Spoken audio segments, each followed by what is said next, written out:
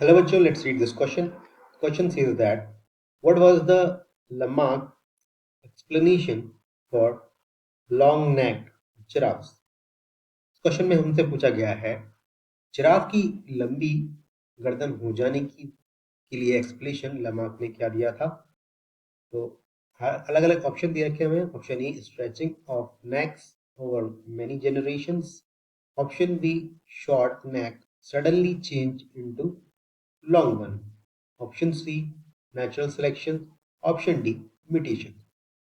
Theory के लिए इस क्वेश्चन के लिए की कंसेप्ट होगा की concept for this question is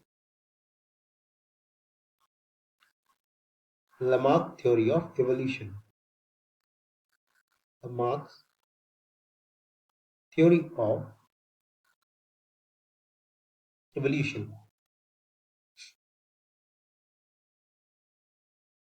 तो लमार्क ने अपनी थ्योरी में कहा था ऑर्गेनिजम्स जो कैरेक्टर्स डेवलप करते हैं वो अपनी पूरी लाइफ टाइम में एक्वायर करते हैं, यानी वही कैरेक्टर्स आगे बढ़ते हैं, वही कैरेक्टर्स इनहेरिट होते हैं जिनका वो प्रॉपर यूज करते हैं और उन्हें अपने अंदर डेवलप करते हैं। तो इसी को कहा था इनहेरिटेंस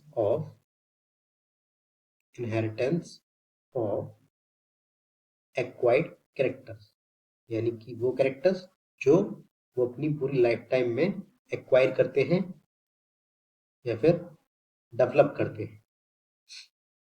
तो जैसे कि एग्जांपल इसका है लॉन्ग नेक ऑफ जिराफ।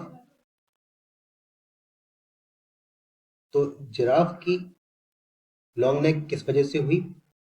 अगर पहले जिराफ जो थे वो हॉर्स की तरह दिखने वाले थे, यानी कि शॉर्ट प्लांट्स उनके लिए अवेलेबल थे, वो पहुंच सकते थे, तब उनकी छोटी ही नेक थी, वो पहुंच सकते थे और उन्होंने फीड कर लिए छोटे प्लांट्स, तो उन्होंने उससे टॉल प्लांट्स, जब ये प्लांट्स खत्म हो गए तो उससे टॉल प्लांट्स पर पहुंचे, फिर उन्होंने ये भी खत्म कर लिए।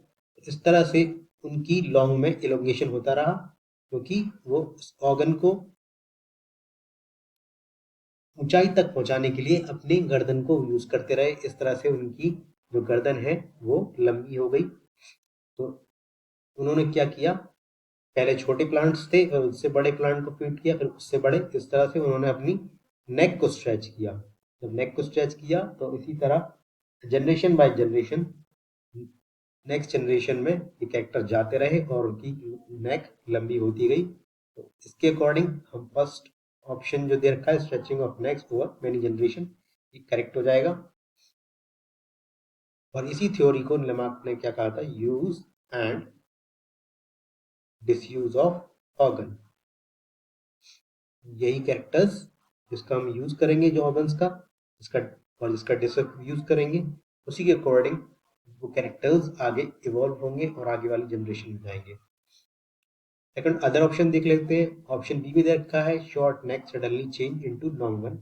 शॉर्ट नेक सडनली नहीं चेंज हुए हैं, जैसे कि इन्होंने पहले छोटे प्लांट्स को फीड कर लिए सारे, उसके बाद उससे बड़े, फिर उसके बाद सबसे टॉल तक वो पहुंचे। तो ये धीरे धीरे हुआ है, जनरेशन बाय जनरेशन हुआ है, तो ये इनकरेक्ट हो जाएगा। ऑप्शन सी में देखा है नेचुरल सिलेक्शन, उसमें कोई नेचुरल सिलेक्शन वाली चीज नहीं है।